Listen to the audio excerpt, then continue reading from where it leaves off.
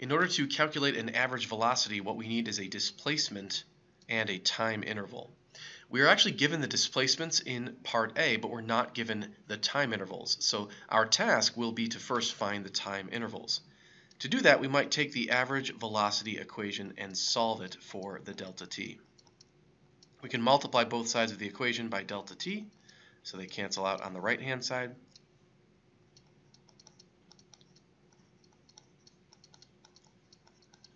And then we'll divide both sides by the average velocity, which cancels out on the left side. So we can see that a time interval would equal a displacement divided by an average velocity. Now, part A is separated into a walking portion as well as a running portion. So what we'll do is calculate the time interval for the walk. We'll call it delta TW. We'll take the displacement, which was 73.2 meters, and then divide it by the average velocity during the walking, which was 1.22 meters per second. So when you divide those two numbers together, you will get a time interval of 60 seconds. And then we'll also calculate the time interval for the running portion. So again, the displacement was 73.2 meters divided by the velocity. While you were running, your velocity was faster, of course. It was 3.05 meters per second. So you divide those two numbers together, and you end up with 24 seconds.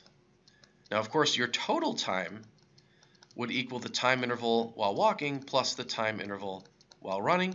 So you're just going to add 60 seconds and 24 seconds, and that will give you 84 seconds. So now we can calculate the average velocity, which is the total displacement divided by the total time.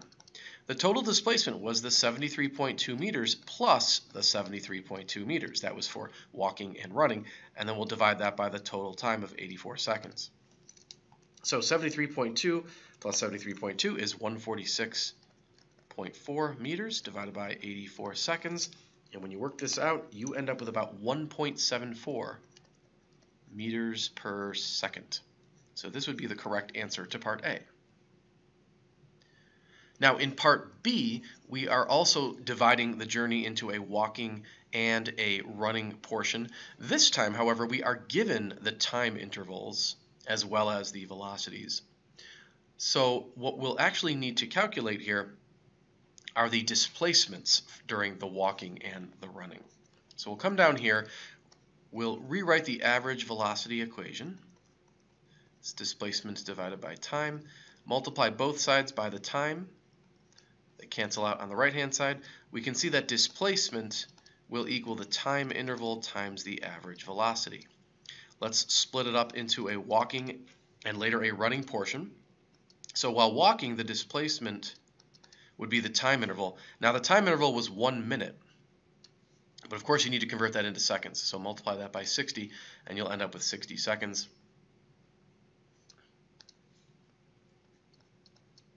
And then times your average velocity while walking, which was 1.22 meters per second.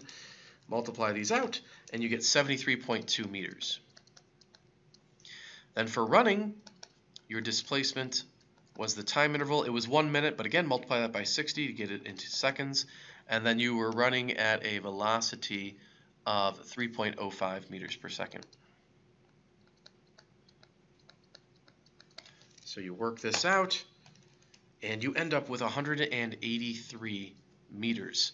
So now your average velocity in part B will be the total displacement divided by the time. The total displacement will be the sum of the displacements while walking and running. And then divide that by the total time. The total time would be the 60 seconds plus the 60 seconds.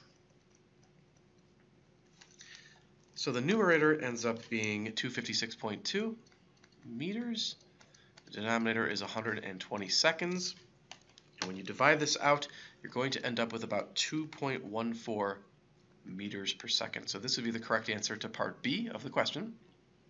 And just incidentally, if you were confused by the fact that the question was using the terminology of speed, whereas I was using the terminology of velocity, you have to keep in mind that you're running along a straight track.